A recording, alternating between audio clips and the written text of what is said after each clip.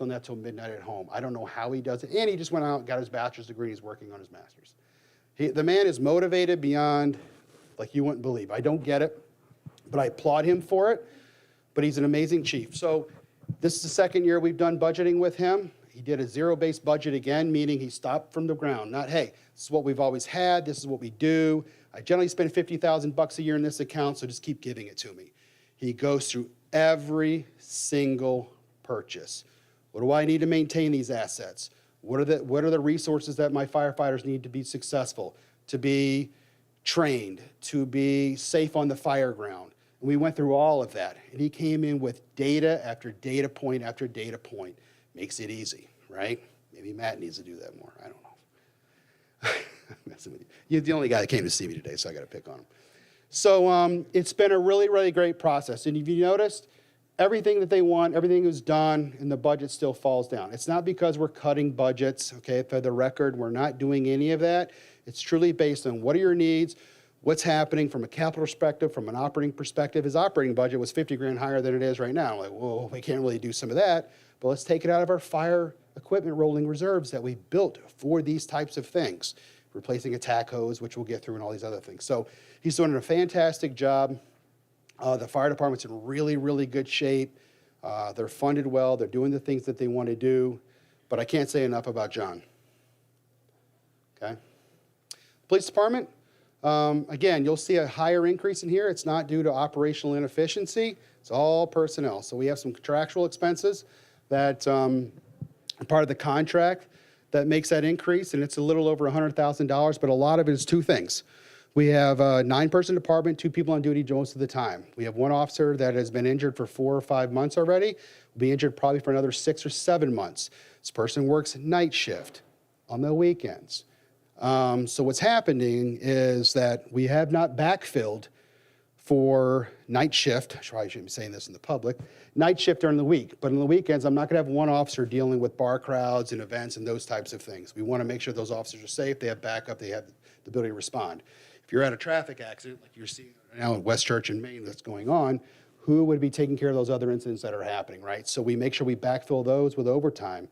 But what we're doing is we're expecting a retirement from one of our officers in October this year. I've asked the chief to go ahead and start planning for that, have this person hired by June, 4 months of FTO, which is field training officer work, getting up to speed. What are our codes? Getting trained, understanding our community, going through the Fairport way of policing, all the stuff that has to happen to get certified to work here. So the moment that person leaves, we got somebody ready to go.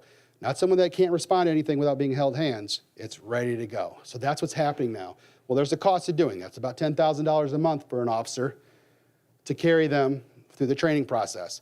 But the end result is if I only have 2 person on duty and I got 1 person that can't do their load and do their share, it doesn't really work for how we manage and how we operate here, right? So there's little wiggle room for these types of anomalies when they happen, and they don't happen that often. But when they do, we got to plan for them, and there's some money involved. So that's where you see about a $100,000 difference in what's going on between the current budget and what you see next year. They're one-time costs for this year, right? So you won't have that again next year, but we are planning for that contingent. Megan and I went through, well, what's the cost of just running more overtime? What should we do? Is it cheaper just to do it this way? What it's going to take to get the officer on board? What if it doesn't work out and you have to let him go? We went through a number of scenarios to make this happen. And this is the best operation for success that we've come up with, okay? Other than that, the entire budget, the contractual expenses, everything they do there, gas, oil, firearms, toys, everything else that happens with PD is exactly the same. It's strictly one thing. It's personnel and personnel only, okay? Code enforcement. So Mark joined our team about a year ago. He has been fantastic. So I was wondering, we were talking about how do we replace Jason in that field? Jason was our code enforcement officer, our building inspector, our fire marshal, and also massively project manager. He was essentially the village's engineer without having one. Did a lot of work, expanded his duties for a long time, did a great job. Mark's been an amazing member of our team, and I think we can all speak to that. He's incredible. We recruited him from Parma. Highly, highly, highly capable individual. Is doing a lot of work. I'm surprised he's still here because everything that could happen in someone for a year in a lot of scenarios in the village have happened to him. He's met some really, really tough challenges, some tough clients, had to work with some really tough challenges with developers and various building issues, and he's doing it, and he's doing it with poise, but he's doing it really, really well. Code enforcement and building safety is very, very high. It's high stress. It's high contact with the public, but it's really, really high management, high admin, high paperwork type of job. It's documentation, documentation, documentation. It's not for everybody. Most code enforcement style officials and building inspectors, they like to be in the field doing that work because that's the glamour. But most of the time spent in that office facilitating the glamour after you went and did what you had to do. Mark's doing that really, really well. And part of his contract with us when I recruited him was I want him to continue to excel and to continue to invest in himself and also invest in the village. So part of that is he has to get his Master of Code Enforcement official designation. It's challenging. It's 30 credit hours through ICC, which is International Code Compliance. He'll have that in about 6 to 8 months. He just took his first classes and his first test and passed them within the last 3 or 4 weeks. Doing an incredible job. There's only about 1,000 in the country, and there's 3 in New York State. 2 are downstate, 1's upstate. That's it. So he's working toward that. It's a great feather in his hat. It's not just so much about the certification, but what it says about him. Continuous improvements, what we're all about. Continue to invest in yourself, right? Professional development. It gives him gauge and really lets him look into managerial and admin sides of code enforcement that outside of just the technical things about the book. When I go out there, I see there's a problem here, there's a problem there, this is against code. It really gets into that further development of how you run a department and run a bureau like that. So he's doing that right now. He gave me an update today. It's going really, really well, and I'm glad to have him on his department. On that, his department is flat, which most of the departments you'll see are flat. And the only increase you see is about $5,000 to facilitate books and the testing required associated with the designation that I've asked him to fulfill. I just want to add kudos. Please. I'm trying not to interrupt you, No, but go it's ahead, so please. hard when I think so highly of all the different people on your team that you're talking about. Mark has had a very challenging first year, and he's handled it with grace Yes. and professionalism. And I just, Jason was amazing in this role before as well. And Mark has stepped in with a high level of professionalism in all that he does. And I'm so grateful that he's part of our team. I am too. Thank you, Mayor. Jill, we've all met Jill. Most of them like her. She ran zoning and board of appeals, obviously planning, and also historic preservation. Jill's been a great addition to our team. Ben was for about a year as well. We did a hard recruit for her. It was an individual recruitment, even though we did a wide search. We knew what we were looking for, AICP certified, so certified planner. That was a mandate for this job. A lot of folks say, why do we really need that? Well, you can see why we get that. It makes a difference. She pushes the envelope. She loves analytics. Dork, right? But I like that about her. She wants to dig in and do it. I walk in her office every day, say hi, and I'm like, I know I'm going to sit down. I sit down. Brian, I created this graph. I did this. Today she looked into something else. She was really getting into the zoning stuff. I'm not sure why we hired actually someone to do the zoning code update because I think she's doing it already. She's really digging in, and she loves this stuff. So really proud of what she's been doing. She's doing a great job. The budget you see here, how does it go from you're basically 3,000 to 160? Well, last year, if we budgeted the zoning code update consulting fees in here, right? So you're not seeing that carry over to future years. That's why you're seeing this 160,000 down to about 12 grand. The other part of it is we used to carry about a $20,000 revenue and expense for legal fees in there. So most of the legal fees we use to facilitate different applications and things that come before us would have a corresponding revenue, right? So the developers or the applicant would pay that back to us. So we reduce that drastically. It inflates the budget and that type of thing. So that's why you're seeing it come down to roughly 12 grand. So most of it's legal fees and contractual fees associated with training for her and also for the ZBA to be successful. Okay, so that's the big drop there. Not that we magically just don't need 160 grand worth of work. It was all due to the grant and the expense associated with the zoning code update. Planning board, same thing. She's doing that. Budget's flat. Most of it's just for salaries for her, in addition to any type of planning board materials that we need, contractual expenses, those types of things. Very much the same and doing a great job with that. Historic preservation's the same way. It's a $6,000 budget. We had $7,300 last year, and a lot of it's just due to not needed contractual costs associated with historic preservation. Okay. New York State retirement. So this is where the rubber hits the road for big expenses in our general fund this year across the New York State as well. There's two retirement systems that we have. We have ERS, which is Employee Retirement Systems. We have PFRS, which is Police Fire Retirement Systems, right? Every employee outside of police and fire is part of the ERS system, the General Retirement System for New York State. So what we're having here is we're seeing approximately, what, $100,000, $90,000 increase in retirement this year alone. That's not something we do. It's not because we're giving expanded benefits to anyone. The state mandates what those ERS rates are, and those rates are done by your salary times the rate it is. So what you're seeing here is we had an average ERS rate increase for here, went up 19%. It went from 13% to 15% of payroll, okay? And that's a contribution that's being made to the state every year. So for 30 years down the road, should you make it that long, which is challenging, Tracy knows, that's the contribution that's paid towards your retirement. And that's also the contribution, not so much just goes to you, to sustain the actuarial system that retirement has as a collective whole. It's a $2 billion fund. Okay? Sometimes it's hard to realize these things because right now, if you're not making money in the market, there's something wrong with you, right? It's very, very robust. The problem is it's not just how much money the current market's making. Is it sustaining it? Did it make it for 12 months? People say, well, gee, the Dow's at 38,000. Yeah, for March it is. What was it doing 6 months ago? Remember, it's an APR, an annual performance rate or percentage rate, not just a monthly type of thing. The other part is the state looks at through the actuaries, how many people are retiring in March of 24? How many people are retiring in February? Maybe it's 80,000 people retiring that month, and maybe it's 200,000 doing that. But also we anticipate we have a large group of New York State employees that all got hired in 2025.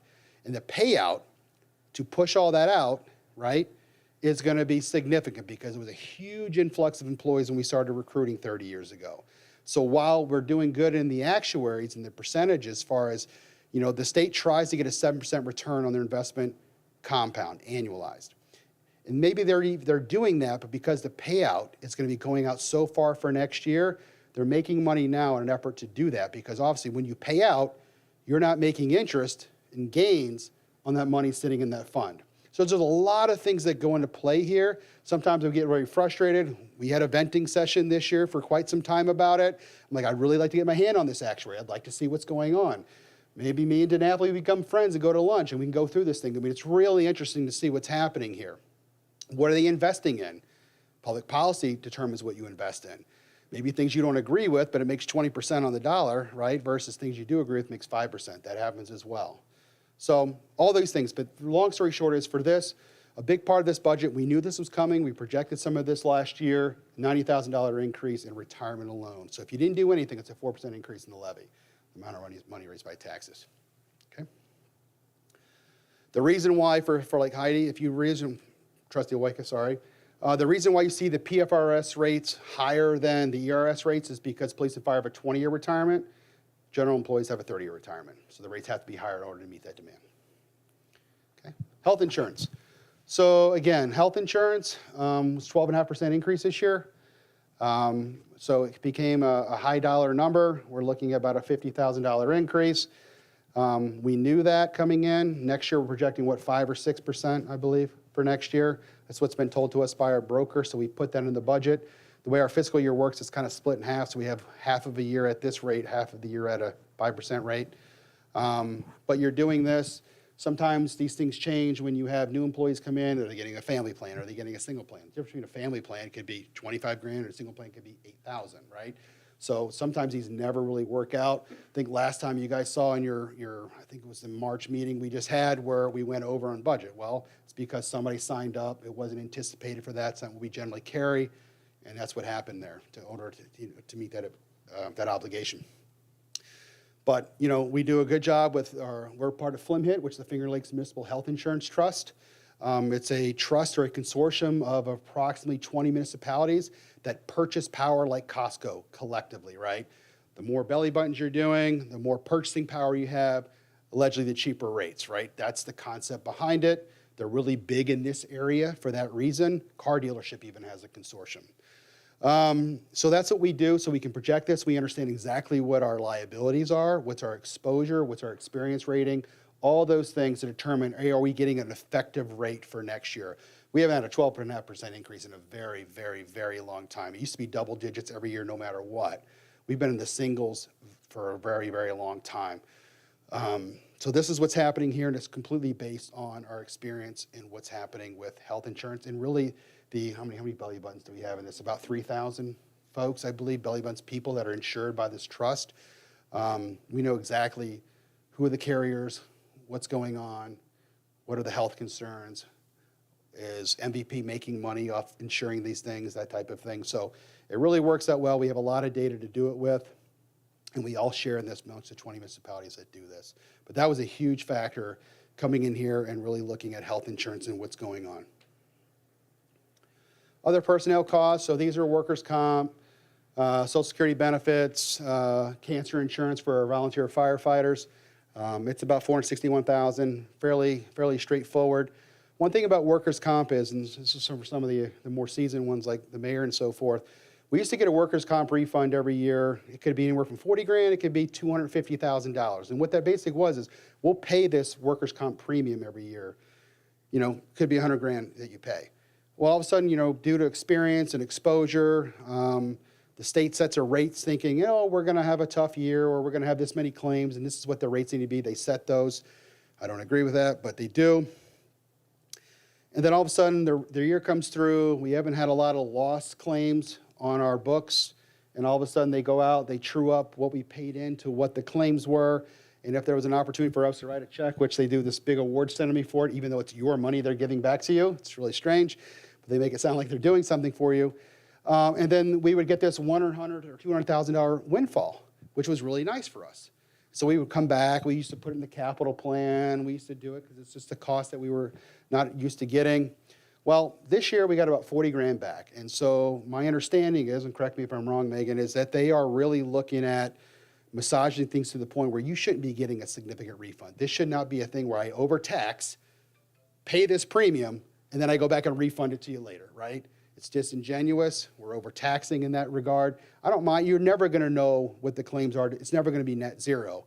But you shouldn't be having hundreds of thousands of dollar swings in this thing, right? So what we did this year, and we'll talk about it, is we took some of that $40,000, put it in our workers' comp reserve, and some of it came to assist us in our fund balance projections and so forth to smooth out the budget. Didn't we set up a separate reserve for it last year? Best thing we ever did, at So least from an that accounting we perspective. didn't have to watch our tax. Well, we had this constant, the key to good fiscal management and long-term sustainability is to take out the stock market effect of a budget. Budgets should live and die on its normal operating capacity, right, from revenue expense. And so when you have these anomalies that you can't count on, all of a sudden if I say, hey, we got a $150,000 increase this year, so it means we have $150,000 new revenue, you guys can be easily saying, well, you know what, we got that $150,000, let's go do this, let's go build that, let's go hire an employee. Well, the problem with that is, what happens if that doesn't come to fruition next year? Now what do? You got a $150,000 hole, right? They're one-time expenses or revenues. You treat them as one-time expenses. You go put it toward a project, a capital plan, whatever we do. And that's what we've always done. We never started getting too greedy where we started using that as a way to balance our budget. If you're balancing your budget on one-time revenues, you have structured expenses that are exceeding your anticipated revenue, and you got problems. Deal with the problems, okay? So we were smart. We've always done that. Megan's always been on board with that philosophy, and that's what we've done. Okay. Capital reserves, cornerstone of what local government does. This year, like many years, we're putting about $335,000 of cash into the capital reserve, which funds the capital fund. We're putting about $70,000 into the fire equipment reserve, right? This is for truck renewals, not truck renewals, other types of things, station duties, helmets, repairs, turnout gear, whatever it is they need for their station. Washing machines that cost $40,000, remember that one? And then there's a fire rolling stock of $255,000. That actually comes from debt that we used to have for a fire truck, and because it's already built in the expense load, and we know we're going to have needs for new trucks in the future, and we'd rather pay cash for them, we take that debt service that's already built into the liability, to the expense, we automatically make a cash appropriation to the reserve, right? The town's on board, we do that. When you're talking about bonding for $1 million or $2 million fire truck, and you bond at 6%, you might as well put another $1 million of just interest in there. That's the cost of doing that. So we made that change about 10 years ago. It's a different school of thought on that. Should we be paying for all that up front with the people that are here because the truck lasts 30 years, or should the next people over 30 years be paying for that, right? So it's a philosophy change when you start looking at that. But is it worth paying the extra $1 million on top of that? You know, that could be debated.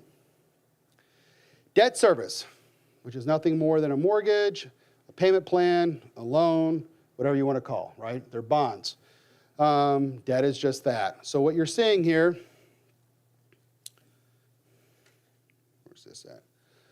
This year, 24, 25, we have about $300,000 in debt, right? Not a big deal. Debt's not a dirty word. You got to do it. We're going to incur some new debt. You guys are in about 6 months, maybe less, for the Streetscape project.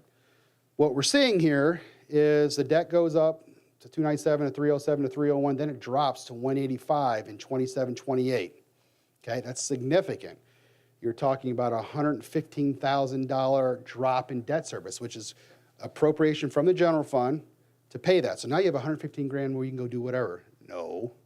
So what we're going to do is we've timed the streetscape around this thing. So we're going to have to incur debt for that. The streetscape, while it's happening in the spring of 25, so the end of this fiscal year, it's going to go on for about 9 months to complete, and then the bonds and the payment schedule for those start thereafter.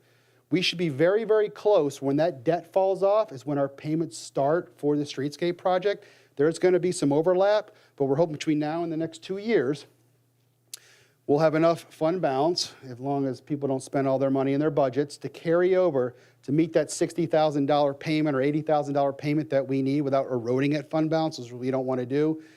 You'll see something different with fund balance this year, that we don't have to raise taxes in order to meet that debt obligation, and then the debt falls off and we're smooth sailing, right? So no impact to the taxpayer with a streetscape project that's $5 million. So there's approximately 119 that's coming off. Mm-hmm. And is the goal for the new debt to be very close in amount as what's falling off so that it doesn't really change the overall payment? When debt falls off, I'd heavily encourage you to go build a new project and incur more debt. Yes. Okay. It's built in your budget. You're always going to need it. There's always streets But you're that have to be trying done. to keep it about the same Correct. range as Right. whatever fell off. I'd love to do more, but there's the cost of doing it, and you got to be willing to tax for it, right?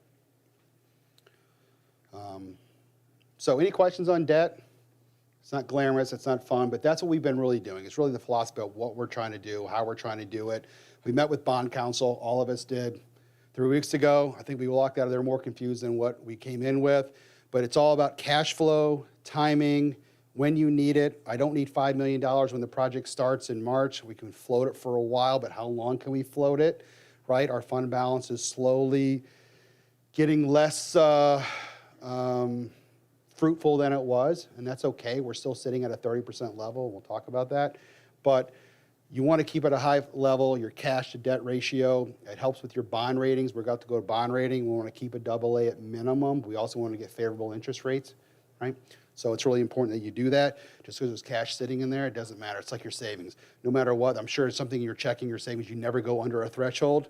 It's no different than this. You keep it there all the time. General fund revenues. Does anybody want to take a break, or are you guys okay? We're moving right along. All right, perfect. General fund revenues. It's a balanced budget, so it's $7.5 million in expense, $7.5 million in revenue. The revenue lines that you see here, that's 10 or 15, these are your major revenues that you have in for the Village of Fairport. Nothing glamorous, very typical to any other local government. Real property taxes and sales tax make up the most of yours. I think real property taxes is at, 43% of your budget, right? That's the knob you don't want to turn unless you have to, right? At least turning it up anyway is not good. And sales tax is 23%. So between the two, 70% of all revenue is real property taxes, and sales tax. Real property tax is something that you can control. Sales tax is something you can't control. Sales tax is completely something that's uncontrollable, and it's all based on consumer confidence, right? But when you're talking about something that can turn 10 or 20% in either direction, and it's 25% of your budget, it's significant, right? It's huge, right? So you're talking about 12 sales tax. If it goes down 10%, it's 200 grand, right? So and then fire protection services, that's what we get paid from the town to provide fire protection and pilots and so forth. So we'll go through those in length. General fund revenues. So what really happened this year with revenues? Just like expense, what are the anomalies? What do we have to deal with? What do we have to plan for? Property taxes with respect to this budget, the difference between last year or the current year we're in and the year we're proposing for June 1 is this. $158,000 increase in property taxes. Sales taxes going up $20,000. That seems low, right? We've been so used to these really robust sales tax accumulations. We're only projecting a 1% increase. It's conservative? I don't know. We went through a lot of analytics, really looked at what we were doing. Remember we always talk about the Christmas year being of sales tax telling you what's going on with confidence? We looked at a bunch of numbers. Thinking for the quarter that December ended, we got the payment, what are we down, 20%? 5%, which was about 20 grand. Sorry, I had it close. Big number, right? Generally, when you're talking about Christmas time, it's like how comfortable you feel to spend.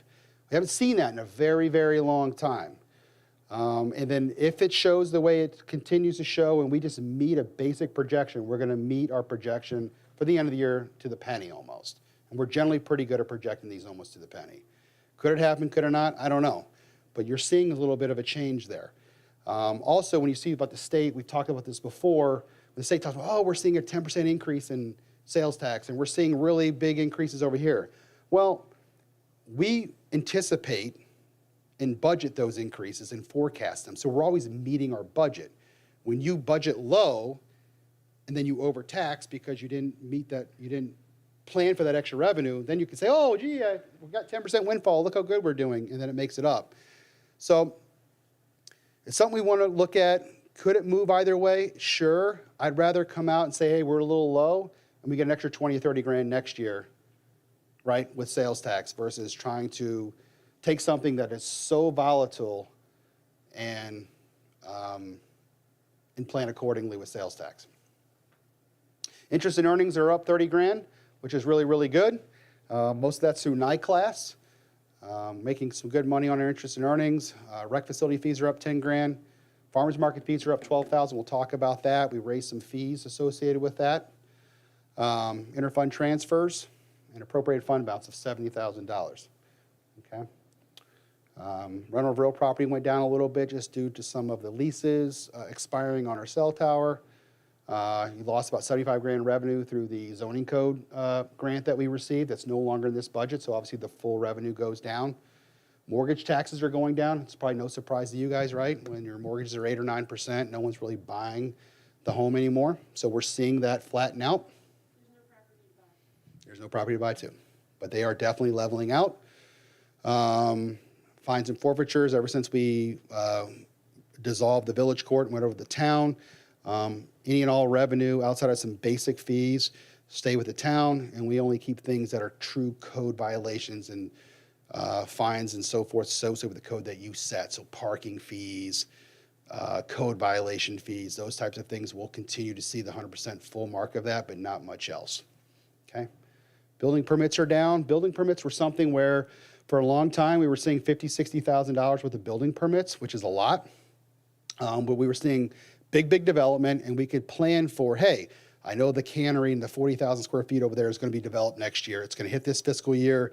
Do the calculation on, because it's based on square footage. It's a flat fee plus square footage. I could tell you it's going to be an $18,000 building permit, right? So we looked at everything going on in the village, what can be developed, what's not, and we're saying basically our building permits or fees are going to be down. I mean, there's only so many structures that you can renew, build, or renovate, okay? That sucks because we're really looking at those for a long time. They were really nice. And miscellaneous fees. So really, without some anomalies going here and here, that's exactly what's happening with your revenues this year. Okay, that's what's going on to meet that $200,000 increase in revenue. Real property taxes, again, real property taxes are only one thing. It's revenue raised by taxes alone, okay? It's going up 5% in this budget proposal. It meets the 2% tax cap law under New York State, which is significant, to the dollar. So should this budget stay close to where it's at and you adopt a 5% increase in the tax levy, you are still meeting the 2% tax cap law. The reason for that, and we'll get into some other slides, is the fact that there's carryover. So basically over the last 2 or 3 years, we've had a lot of levy room that we could have grown and taxed our budget for. We've been efficient, we've been effective, chosen not to tax the full allotment because we didn't really need it. Could you have done that and then went out politically and so forth and said, oh, we're still in the tax cap, here we go, right? We chose not to do that. We lived within our means. Thank God we have some of that carryover so we can take up some of that stuff, that missed levy opportunity in the past. In addition, you're allowed to pull out some things like these increases in retirement that we're seeing, right? Pilots, those types of things that are pulled out of that, we're allowed to tax up to a certain amount. So we are, this budget, this proposal as it sits today meets the tax cap law to the dollar, okay? What is a property tax? Again, we talked about that for Heidi, for things like this. This started, I think, in 08, 09, where the governor's office basically stated, hey, we all know that we're known for some of the highest taxes in the country outside of California. What are the things that we can do to keep people here and to reduce taxes? So basically, they made it a political issue where essentially, if you're going to raise taxes above 2%, which you should be able to live on within reason outside of these exceptions that we've talked about, you need to pass a local law, and you need to do it in such a way that the public knows what you're doing and they hold you to task to it, right? No one likes to see you override the tax cap, and it definitely makes people think, why are you doing that? So it makes you do a hard look at your budgets and your spending and that type of thing. So that's why it's in place. It's more of a kind of an internal control measure that the governor's office in the state of New York put in place for local governments to kind of do a reality check and say, hey, look at what you're doing, make sure that it's really warranted and it's really needed. The reason there's caveats and pullouts in this tax cap allowance is for those things. Like we can't control retirement rates, certain health insurance rates, other things that are going on that are out of our control and our ability. I can't sit here and say, well, gee, I can't continue to grow the operation or do anything because I'm always being saddled with these other types of costs that are out of my control, right? So they're allowed to pull those out, okay? Sales tax, we talked about that. We anticipate meeting our projection to the budget this year to the dollar, right? Will it be to the dollar? Nothing is, but it should be very, very close. Next year, we're proposing a 1% increase, which equates to about 20 grand in sales tax, okay? Fire protection, very similar number. I think we had a $760,000 budget last year. It's $767,000 of revenue, so fairly flat. Most of this is truly comes from the town. All of it comes from the town of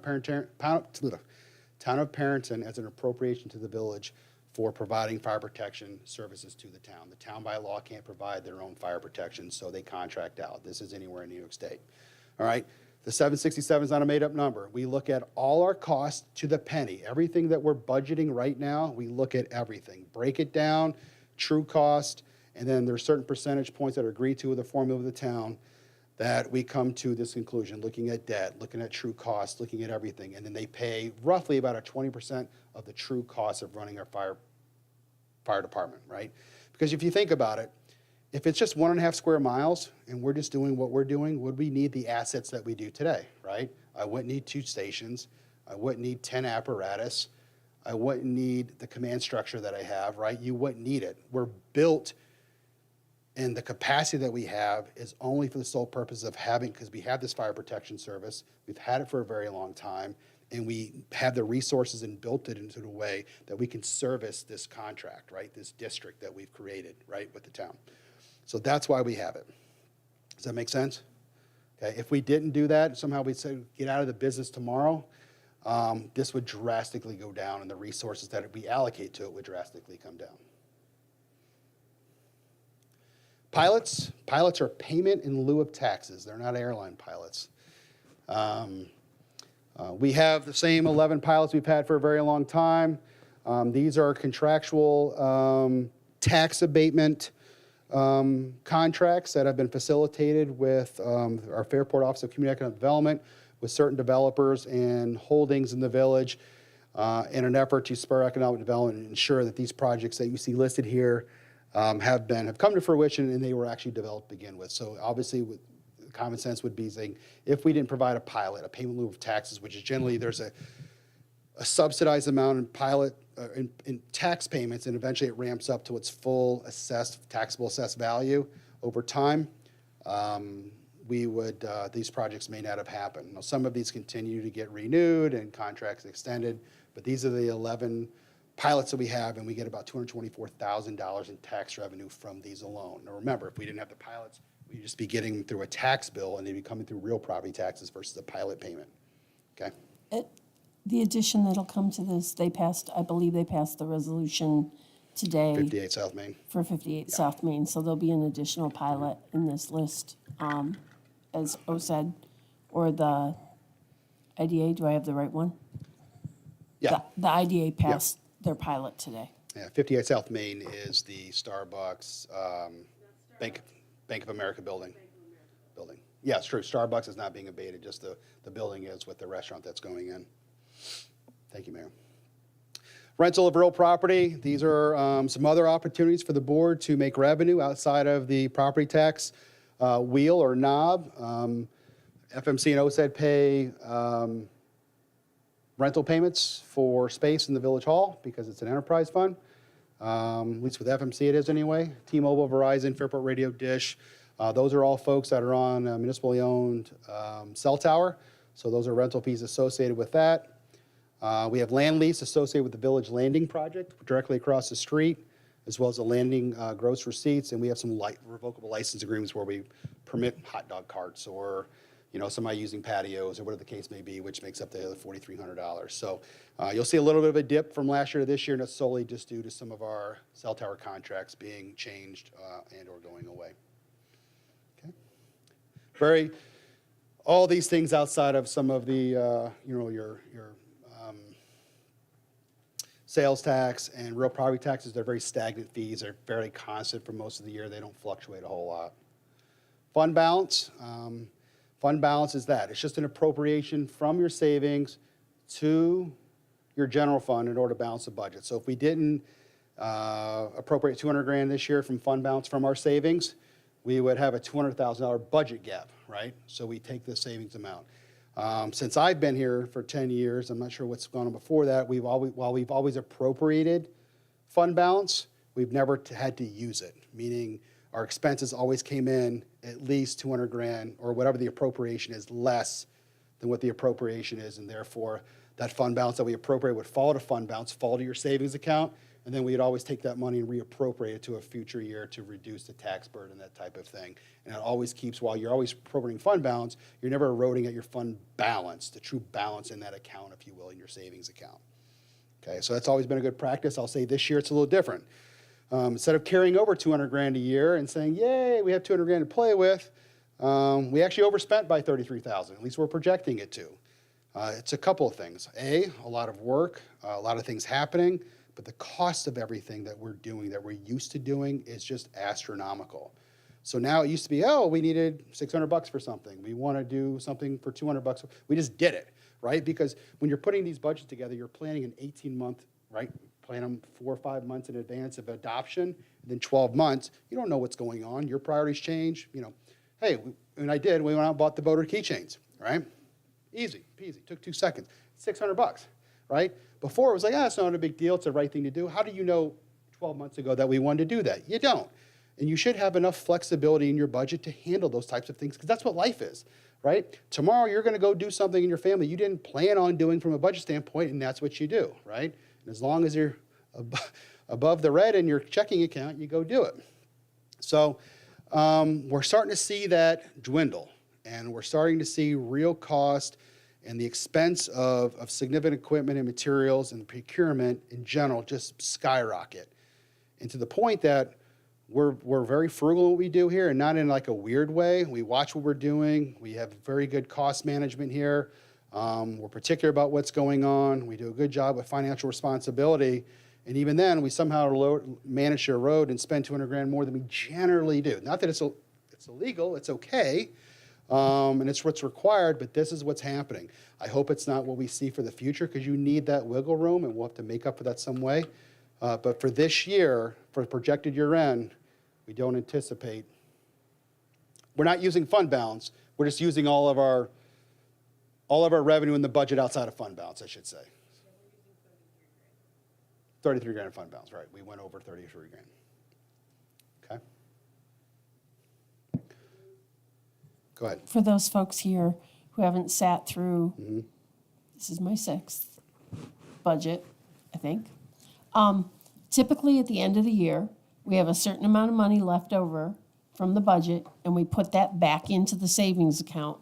And then when we do the new budget, we appropriate that money back out of the savings account to carry it into the new budget. And I just think I'm simplifying it a little bit. You are, thank you. So and that has happened every year. We always have a chunk of money left over. We put it in the savings account. And when we plan for the new budget, we take that money back out, and it's kind of as Brian described it, wiggle room to make sure that we have enough money to cover everything and all of our expenses, but we generally don't use it, and we just put it back in and reappropriate. So it's like taking it out of the account, putting it back, taking it back.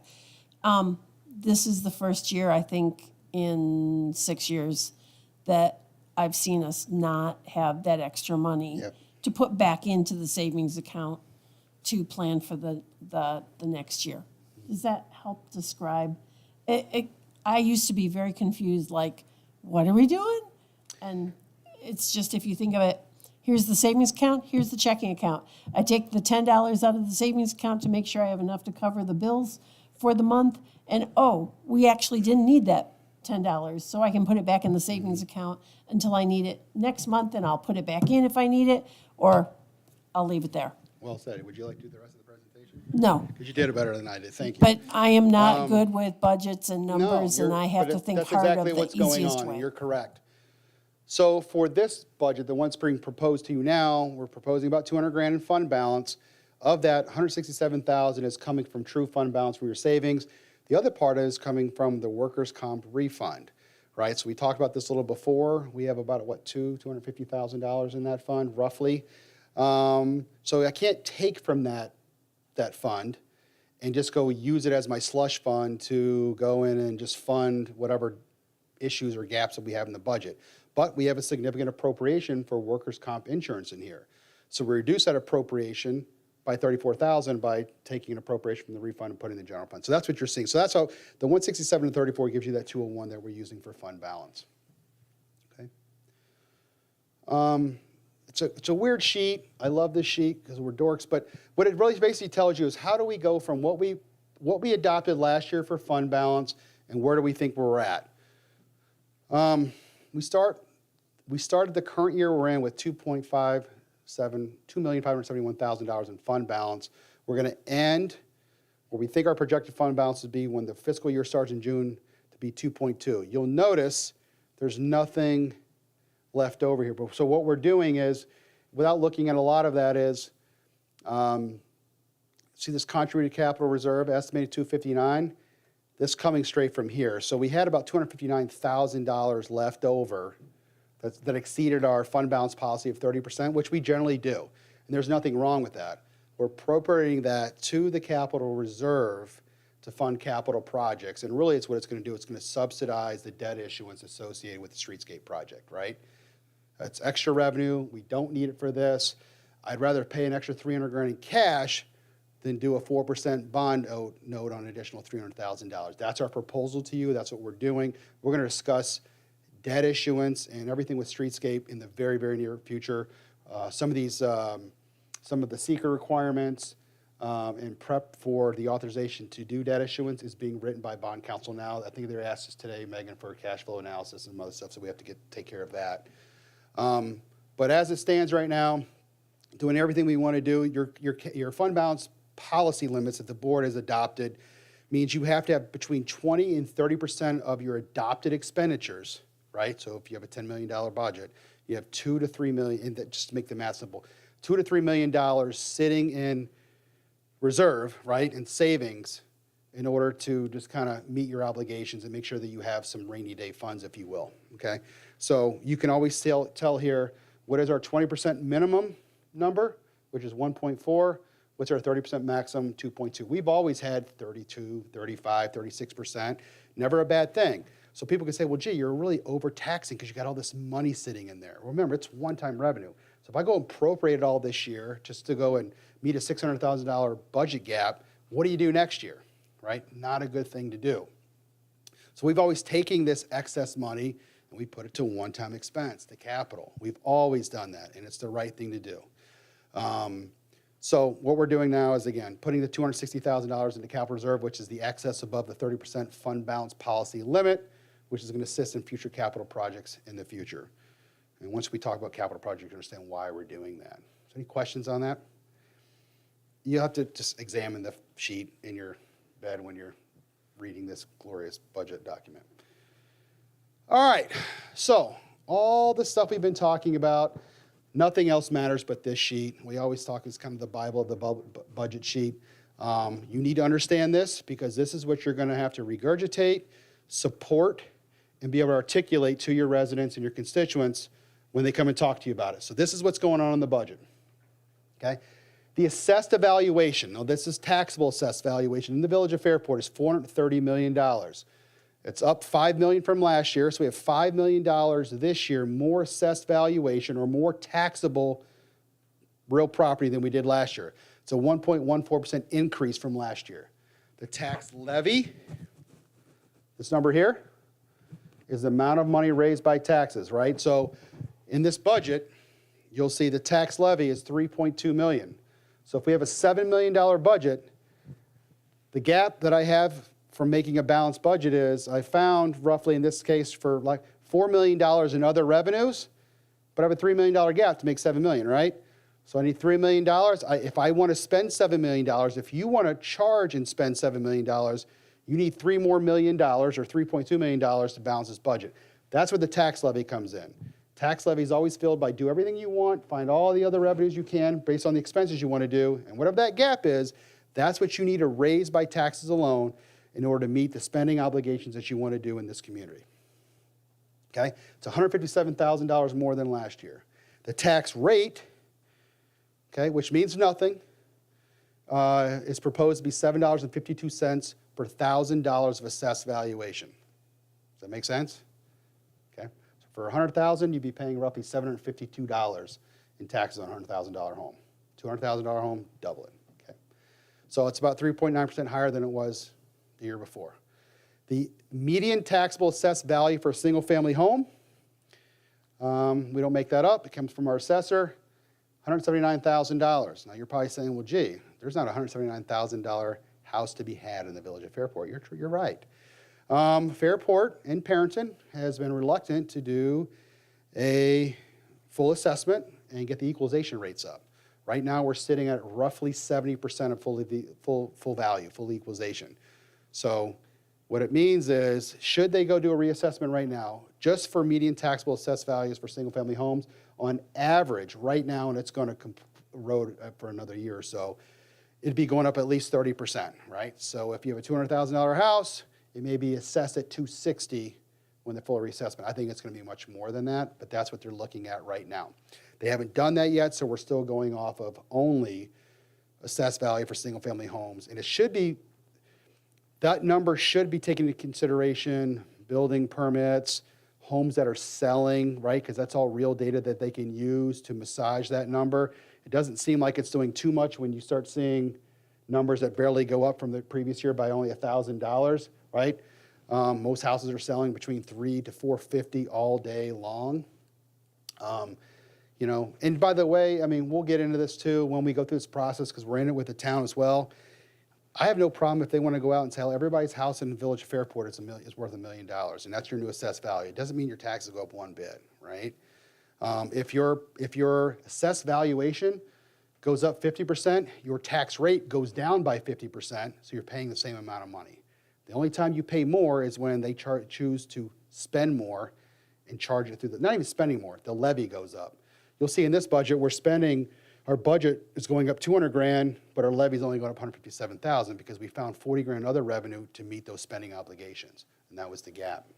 Okay? The average tax bill with this budget proposal is $1,350, goes up about 56 bucks, right? So not a huge amount for what we're doing. When you're talking about interest rates, inflation going up 21% over 3 years. We haven't done this in probably 3 to 4 years. 3 years that, but I think we've had some 3 maybe tax increases in the last 10 years, and one was like $7, one was like $21. I mean, we have really, really held the line. But at some point, you got to do it if you want to keep growing and keep investing in our community. And you'll see, as we talk about capital, that's exactly what's going on. So the general fund budget goes up 2.7%, or almost $200,000, and we're appropriating fund balance of $200,000. Is there anything about this sheet that sounds weird, funky, you want to explain it more? We can talk about it some more, but this is something that I'll send this to you just as a PDF so you have it, right? It's kind of like a little cheat sheet when you're talking about it, but this is something you should really understand because this is what's going on, and this is what people care about when they look at the budget, this sheet, okay?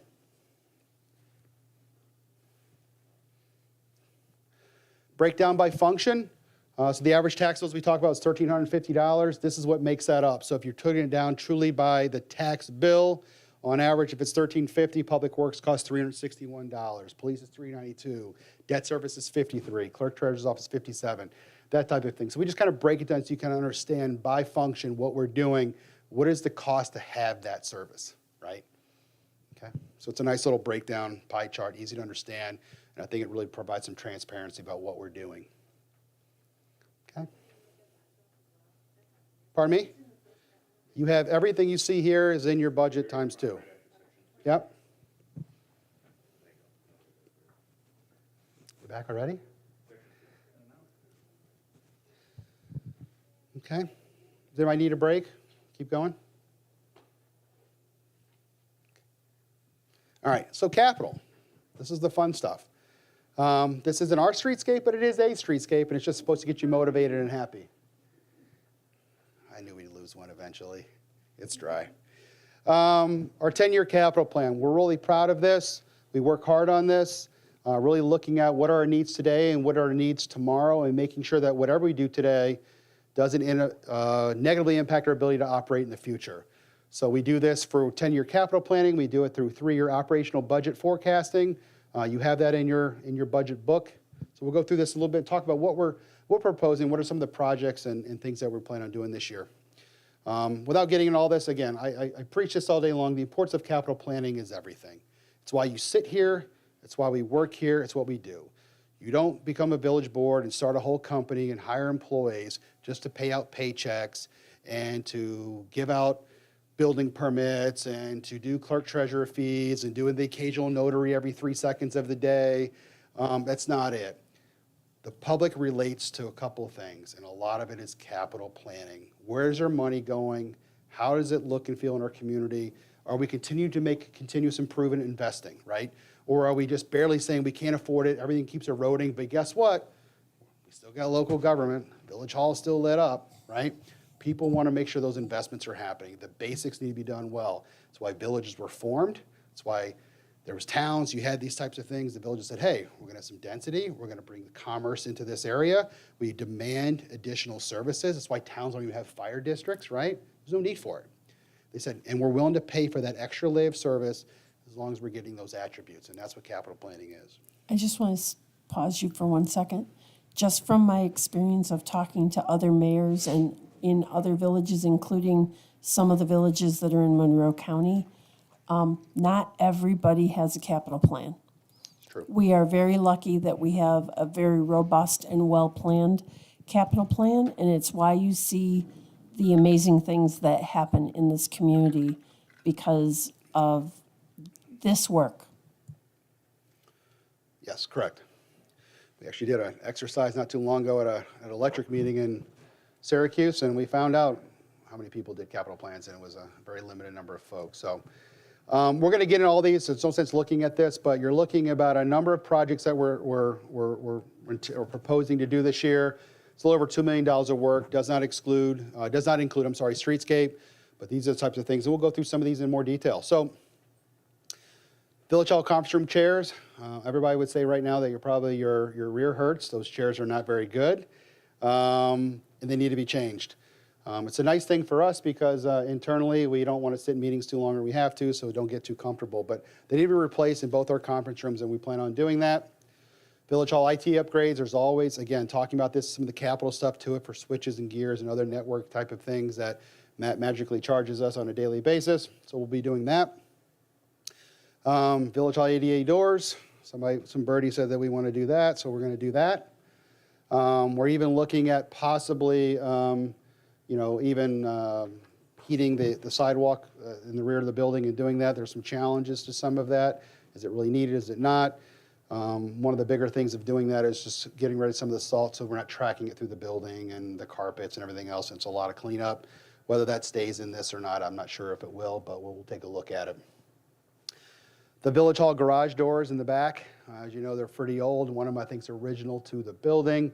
They're only keyed open. They don't even have garage door openers, so we're going to replace those and just put a nice vinyl door on those that has remote openings and stuff like that so we can access that. We seem to be in them quite often lately, so that's probably time. Village Hall boardroom remodel. So that picture that you see there is just a sample of what's been provided to us. We're going to be talking about this at our next work session.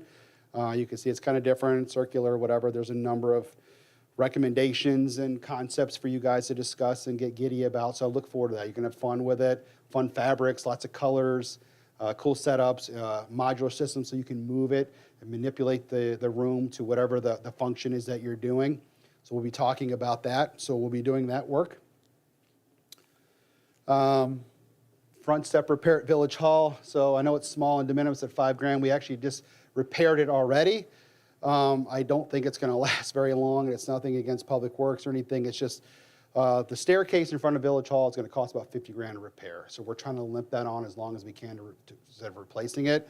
When that step was poured, due to really inefficient project management, the rebar is so shallow it's about an inch from the top of the concrete. Concrete is porous, starts to bust out, rust, that type of thing. It's very common in a lot of places when they do concrete, but we're seeing it here, and it's significant, and the railing's gonna have to be made and all that other stuff. So we're trying to limp it as long as possible. The Village Hall front steps to the front of the building aren't utilized really at all. If we even shut them down tomorrow, I don't think it'd be a big difference. All the parking for Village Hall's in the back. Most people come in from the rear of the window, but we wanna keep that access open and keep it nice as long as we can. Same thing we always do with fleet vehicles, whether it be for DPW or police department. We have an annual rotation for those vehicles. We're keeping that up. I think Matt finally, Chief Barnes took a delivery of a couple of vehicles the other day, right? So they look great. You wouldn't think buying a vehicle is a big deal. He had to go out and buy a Dodge the other day, which I couldn't stand that he did that, but what else do you do? There's no other vehicles out there outside of a Honda Accord, which he might be driving for long, because I think it's the only thing on the lot. He says he can't fit in it. I disagree. Every time we recommend a vehicle or do something different, we're like, just go to the lot and just go sit in it with all your gear. And, he's in there, crunched in there. He's like, yeah, it's not going to work. One of the things we're looking at is police department. There's some analysis, some money in here for about $25,000 to do an interior design analysis. So if any of you have been in the police department, it's a little dated, it's a little rough. It was designed to be a fire department. We decided to house police officers in there. It's rough. I don't even like going down there anymore and make them come up to my office. So what we want to do is we've looked at a lot of options. We've been discussing this for quite some time. We've looked at maybe taking over some suites or sides of the fire department station too. Does that really work? Can we do it without making significant structural changes? And there just seems to be a lot of challenge with that scenario. So we're looking at the space down there is quite large, but it's cut up in a really weird way. So we want to kind of take a look at, if you're looking at it from a top-down approach, what are the load-bearing walls? How's the electric and plumbing run? Can we move it around? We have a lot of empty space. When you walk in the police department, you got this atrium. And then you have a conference room, right? And those aren't used a lot. Is there a way that we can funnel people in from a different perspective and utilize that extra 700 square foot of space? So really taking a look at how we do that, really talking about doing a function analysis. How does the police department operate? When they come in, what's the first thing they're doing? What's the flow of the police department operations when they go into a headquarters? And we're going to talk to some professionals that actually design these things based on how you utilize space and take a look at it. Will it go anywhere? I don't really know, right? If it comes back and says it's $5 million, we're not going to do it. But to the point that we can make some smart, easy changes and really take a look at what are our options, I'd like to do that. And this budget proposes doing some of that. It's very preliminary design to figure out what can be done, what can't be done, and then we can go from a further design from that point and moving on. Want to take a break? Okay. Sure.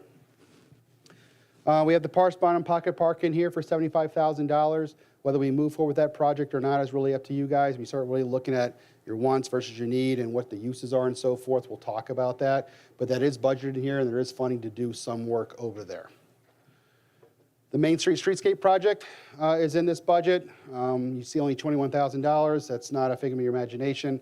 We're just between now and the end of this fiscal year finishing up some work that we use for the grant to do some of the, talk to you guys a little bit about the purchasing of some of the right-of-ways and acquisition and survey documents and stuff. So that's why you see 21 grand. I wish it was that cost, but it's not. So you see that in there, but that project is going to be done. Briggs Railroad and Summit Street. We're doing resurfacing and storm work, a lot of storm work. Briggs is a challenge. We're only doing because I was threatened by Emily because it's her street and we have to do it. I'm just kidding. It's a mess. It really needs a lot of work. It's narrow. It's not crowned properly. There's no drainage. The grass meets up there. Everyone parks on the side. It's a problem. We've known that for years. So we're evaluating all the storm right now, probably going to line everything, move it all down, brand new concrete gutter system, and then all new pavement base and so forth. So it really needs it. It's going to be a really nice upgrade for that. Railroad Street, or the street that Public Works runs on, is a mess. If you've ever been on there, there's more dips in the road than you can imagine. And after it rains, 5 days later, there's still rain puddles on that street. So we're looking at cleaning that up, putting proper drainage in, proper crowning, and working through that with storm sewers and so forth. And we're doing that also on Summit Street, especially at the top of Summit, really starts to erode due to the trees and it never really dries out, the roadway. The slope part is really not that bad, you know, the one that's on grade. But as we get to the top, we're going to repave and put new storm in from the top of Summit all the way to Turk Hill. So it's really a lot of work, and we're doing all this in-house this year. It's about $1 million worth of work, I think a little over 900 grand. So you talk about a tremendous amount of work that we're doing this year. Sidewalk replacement. We finally figured out a way to do it. We've always had an annual appropriation about $100,000 for sidewalks. If you do that with linear feet, based on contract pricing, you're looking at about sidewalks having to last 80 years on average. It doesn't exist. We bumped that up to 200 grand this year. We started with the budget, the capital plan saying, I don't care, before we even do anything, plan anything, go through requests, whatever, that number got bumped up from 100 grand to $200,000 this year. It's staying, no matter what. It needs to happen. You can't be a walkable community if you're not maintaining basic sidewalks. The $100,000 strategy, which really was starting to erode because just due to inflation and so forth. We weren't even keeping up with basic maintenance stuff anymore. We weren't gaining on true replacement and so forth. So this budget proposes increasing that to $200,000, and I think it's going to be some of the best money you've spent in this budget, should it continue and you guys choose to keep it in there. Mount Pleasant Cemetery improvements, those have already started. Long time coming on this. Mount Pleasant Cemetery was a wonderful gift that the board chose to accept 15 to 20 years ago. Like most municipal cemeteries, they weren't always municipal. They were done by the Friends, in this case, of Mount Pleasant, that started it and maintained it. As those individuals either retired or died off or lost interest or didn't have the capacity to maintain those cemeteries, becomes of who's going to do that, right? So a lot of municipalities, through just really a lack of options, started to accept these cemeteries and take them into and maintain them in their assets, because like who else could maintain an asset like that, right? They always start off something very small. They grow over 50 years, 100 years, 150 years, and then what do you do with it? Public Works has been up there in the last month. They have removed the garden shed that was basically collapsing for years, graded that all out. We have a brand new road system through there now. The road system was really rough. They went through, boxed it all out, graded it, and put all new gravel in there, then compacted it. It's really, really nice to do. You can actually drive through there without worrying about hitting anything. We're removing quite a few trees through there. We don't remove trees unless we have to, but there's a lot of trees that have pretty much a 30-degree lean on them. When they go and when they do, they fall, and they smash, 30 sandstone, 150-year-old tombstones when they come down as well. So removing a lot of dead trees, only dead trees are ones that have a significant lean or the roots have been uplifted. So that'll be happening next 2 weeks. Amongst other things that Lauren does, she manages our entire tree trimming and removal program for the entire village in the electric fund. So that'll be a nice upgrade. We're also looking at building some monument signs. So the signage for Mount Pleasant it's rough, it's old. If you look at the one on Summit Street, it's actually a piece of old galvanized sewer pipe. And they said, got a little paint, slap it on there, put a sign on there, and voila. It's not nice. And so we're going to build a true kind of historic monument sign with some open-faced 9-inch block, kind of, cut edge and granular. Put a nice sandstone cap on it, and then buy a nice plaque and have it redone and etched really nice in like bronze, and then have it kind of offset a couple inches off. It's going to look beautiful and historic the way these older ones used to look. So we're doing that in-house. It's going to be a nice team building exercise to see what the masonry looks like for Public Works. We'll find out if it's any good. But they want to do it, and they're going to do it. It's going to look really nice, so I applaud them for that. And this is just getting started. This is in addition to the $100,000 worth of all the GIS work we're doing over there, the SCADA, the marking of the graves, understanding our site, overlay mapping, all that stuff. And that's really just for Megan's sanity on that project. So you won't notice it too much out there, but internally, we can actually manage this asset now. Okay. Canelli Park gazebo ceiling. Again, not a sexy project, but one that's needed. We are out there every day chasing birds and the things they drop out there. So every day it's just full of droppings and feces. And so we want to take care of that once and for all. Bring some nice new lighting in there. So we're going to put a nice wainscoting ceiling or what have you, put some nice recessed lighting in there, take care of some of that. We'll have to bring the receptacles down a couple feet. But we're going to do that and clean that up so we don't have to chase this anymore. And this is some of the efforts that we're looking at through Public Works. We have a lot of conversations. It's about investing the time and the energy now instead of chasing these projects every single year. We come out there and we do initial spring cleanup, and then every week we're out there power washing and cleaning and repainting this thing. It's so much time. We only have so many human hours from Public Works perspective, and we're trying to maximize those hours, sort of chasing the same work all the time. And this is a strategy. This is a very small example, but this is the philosophy throughout the entire organization over there about what they're doing, the smallest things that we do, how we do them, and looking at it from that lens. So that'll be happening soon, and I got the wrong picture in there. F550 flatbed. So Matt's decided to sell us this $30,000 truck for $2,000. Thanks, Matt. So we're actually taking a used vehicle from Fairport Electric. We're going to retrofit it and utilize it and put a flatbed on it and some utility body and some other things like that to use it for our purposes. So thank you, Matt. We're going to do that. We have an annual replacement for the fire chief's vehicle. We're looking at roof replacements for the fire stations that are being evaluated as we speak to find out what needs to happen. When you're talking about a flat roof that's tarred with stone, it's not like your roof at home where you're sitting there and you're running some shingles up. It's a whole other thing. It's expensive, it's challenging, it's labor intensive, it takes a lot of work. It's really hard to find leaks and those types of things. I don't think the electric roof is really any better or getting there. So things that we're looking at doing, whether that happens this year or gets delayed another year, all it's going to come down to a full evaluation and assessment that's being done for the roofing systems there and then the hose replacements for the fire department. So we're probably doing another, I would say, 5 miles in oil and stone work and street maintenance. This doesn't include that in this capital plan because it's an operating cost that we should be doing every year. Chip sealing, crack sealing, oil and stone or slurry seal type work, all that's going to be happening as well, in addition to just the numerous amounts of catch basin work, storm sewer work, rebuilding manholes, those types of things that are happening.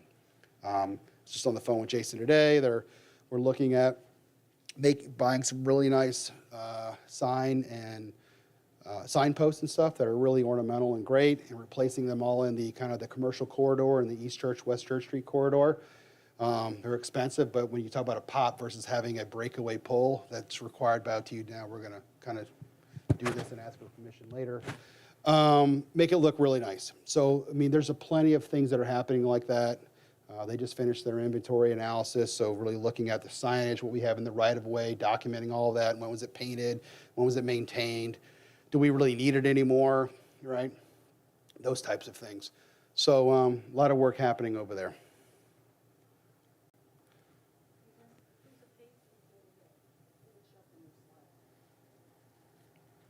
It's What do you got?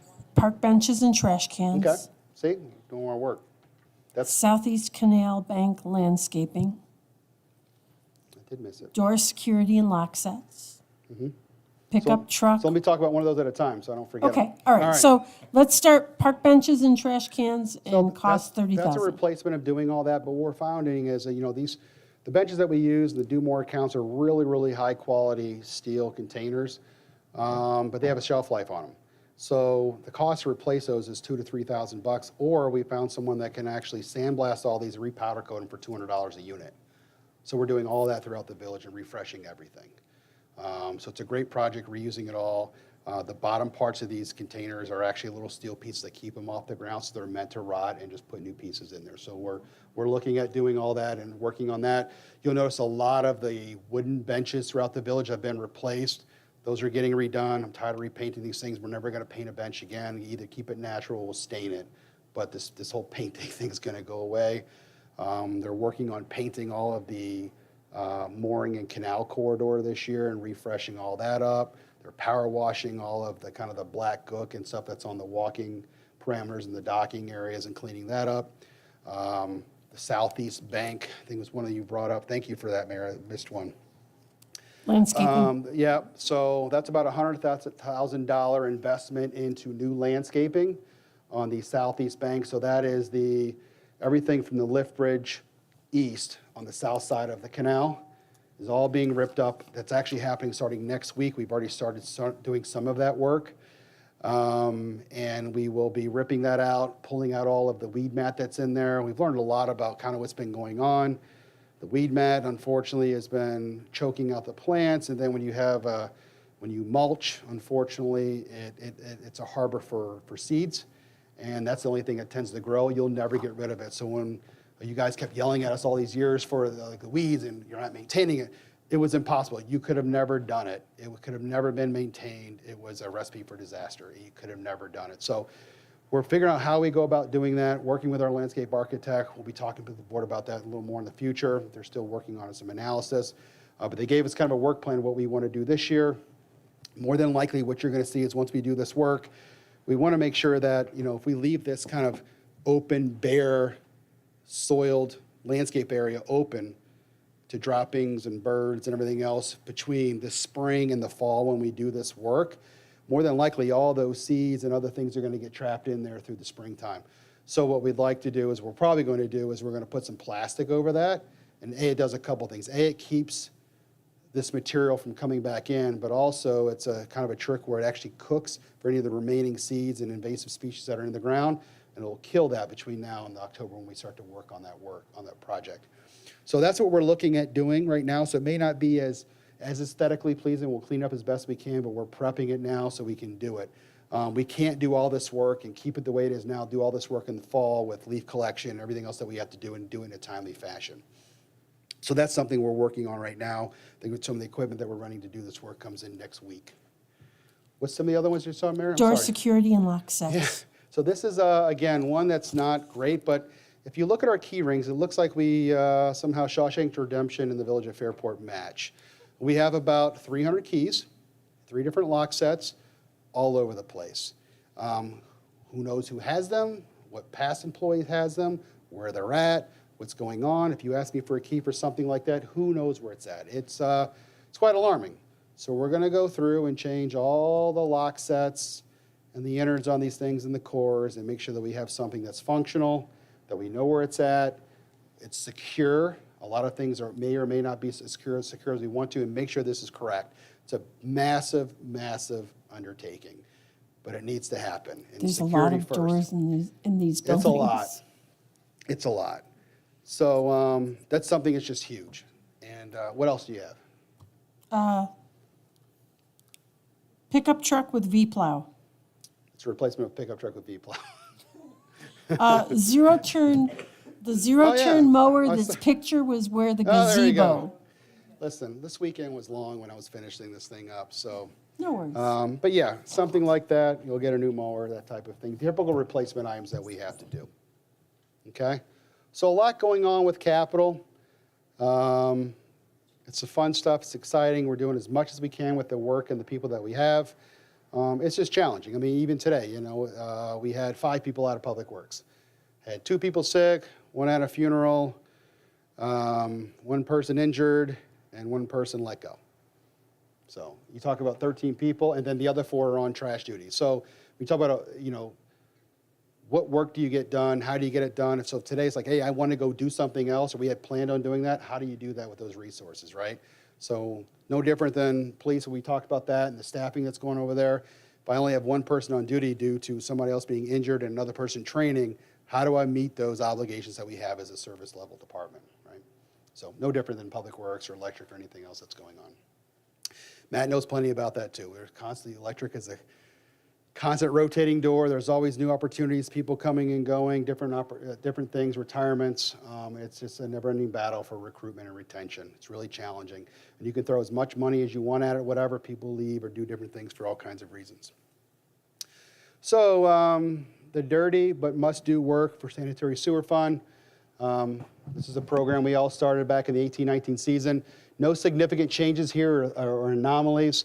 We're still charging $175 per parcel for sanitary sewer services. Everyone gets that. The budget goes down about 75 grand. It's not that we're not spending anymore. We're meeting our demands and doing the work that we need to do. We upfronted a lot of work over the last 3 or 4 years for design, implementation, televising. Right now, I think Kenyon is in this week. They'll be here for the next probably 2 to 3 weeks. We're spending over $250,000 on sanitary sewer, televising, and lining. So we're really making some headway, really looking at the siphons that go underneath the canals, and that work will be done in the next 3 weeks. We brought them in from Skinny Atlas. They're here. We're going to make sure, and I said, I want that money spent. That's what needs to happen. It needs to go in the infrastructure and start taking care of it. So all that's being done. And before you do all that, you have to clean everything so that you can see everything through the television. It's a process that goes through that.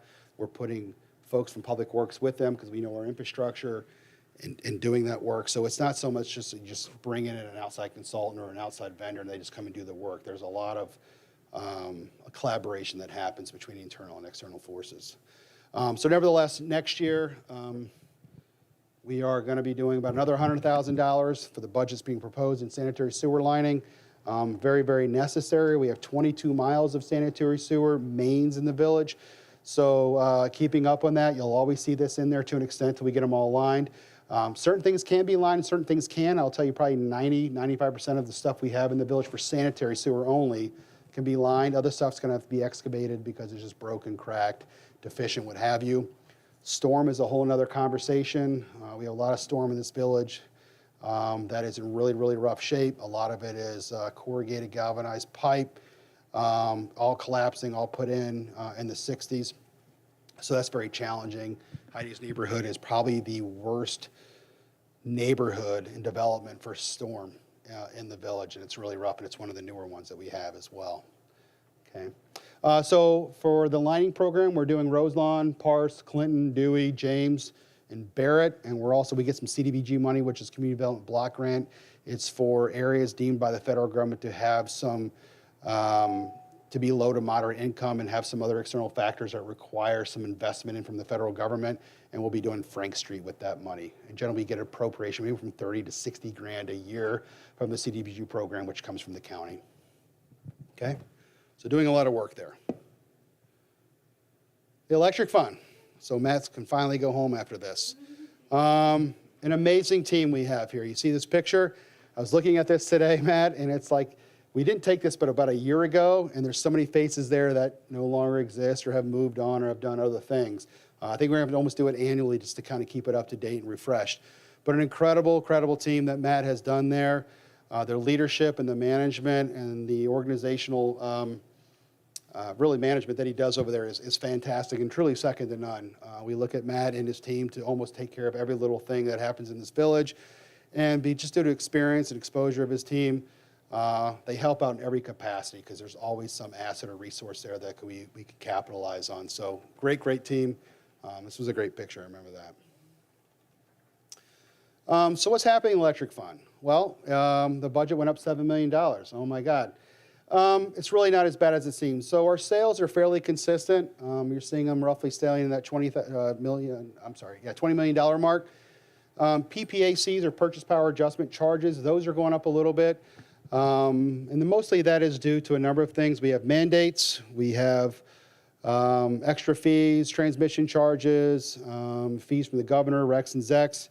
Matt gave a nice story today to our commissioners about what we're seeing for the purchase power adjustment charges for the month of March. Roughly about 3 cents, he said, a little over. Remember, we sell roughly 4 cent power, really about 4.5. So you talk about adding 3 cents to it, almost doubling it. Has nothing to do with purchase power. It's about truly getting it here, the clean energy standard, the mandates for electrification in New York State, which is expensive, and how that all works and how money gets to funnel through that. It all comes through, they just keep tacking on charges for every kilowatt hour purchased. So it becomes a really, really huge thing.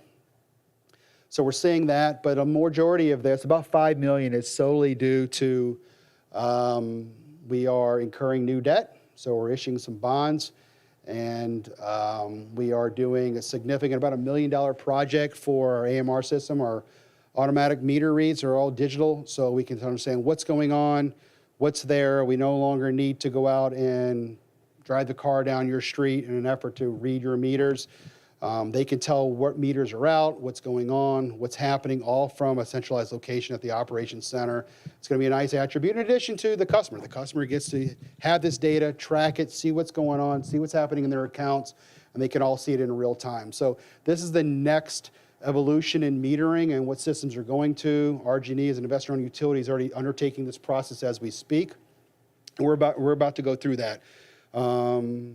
The electric side of things are already putting in the networking and the infrastructure in order to support this and this work when it happens. And he'd like to, it's not going to happen, but sometime in late summer, start purchasing just pallets and pallets of these meters and start get them put into the distribution system. So remember, there's 18,500, 19,000 of these things are going to have to be installed at some point over the next year, and he plans on doing a lot of it in-house. Some contractual work is going to take it out.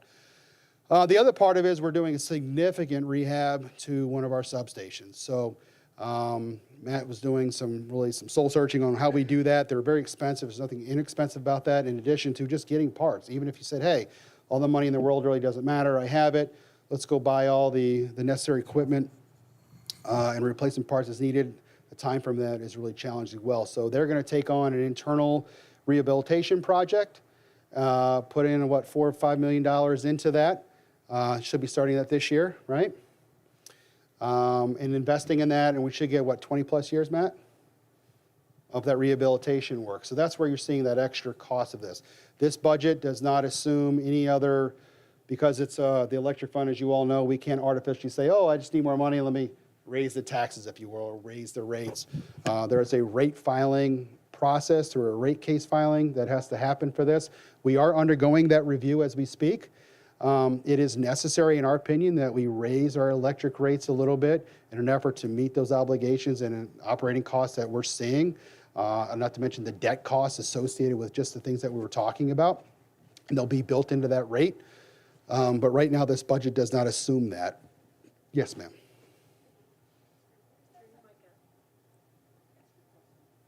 Just curious where the substation is located that's going to go. Oh, Hogan, did you say? Okay. Hogan Road. Thanks. Is this the last bank in that substation facility? Well, for there. So if you recall, we were there, when did we do the last one? 4 years ago? 4 to 5 years ago. Significant investment there. I mean, right down to grounding, fencing, equipment. It's an amazing facility. If you ever want to take a tour of that, Matt does it really good. It gives you appreciation of what's going on there. the environment that they have to work in.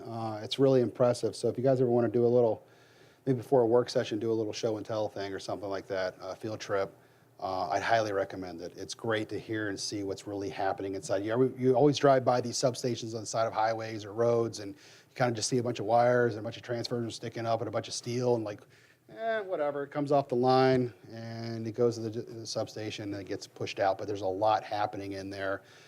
Matt dorks out about it for a while. It's pretty cool. So if you ever want to set something like that up, it'd be great, and we should do that. Okay. But that's what we're seeing really in the electric fund. In addition, just typical operating cost increases, employees, personnel, the electric market, as you guys probably know or should know, it's robust.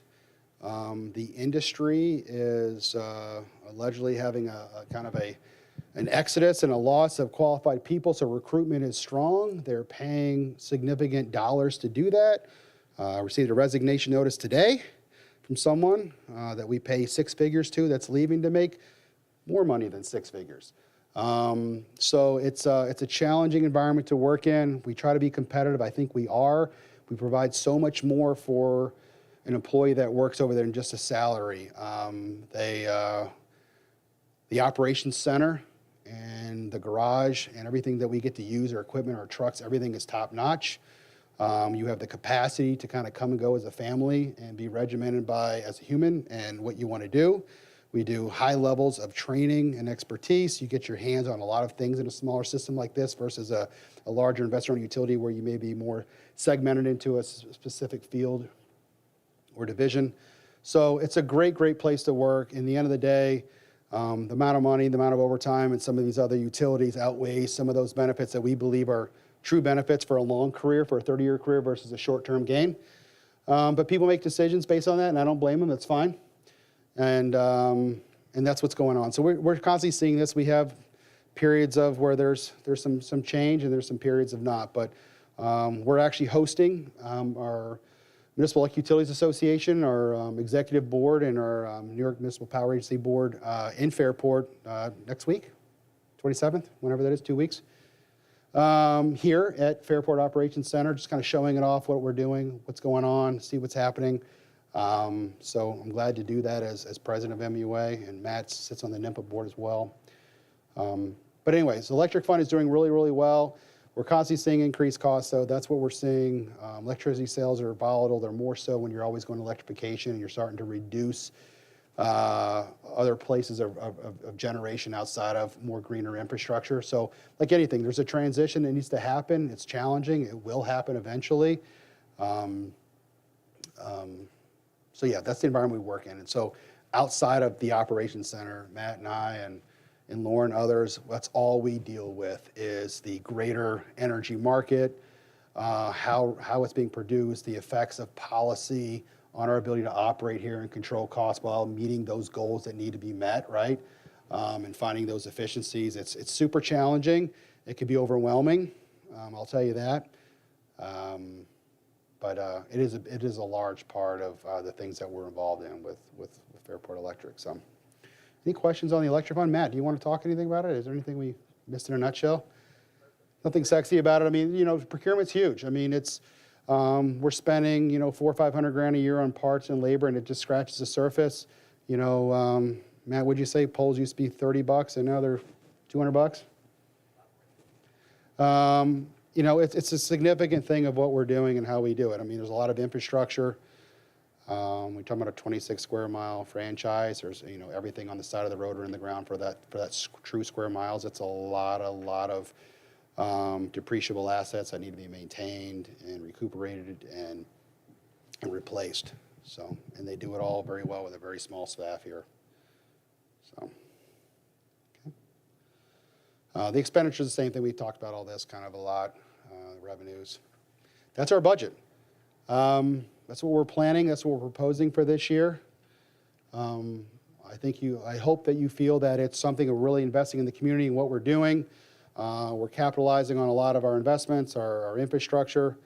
We're maximizing everything we can do within the resources that we have provided to us, financially and personally.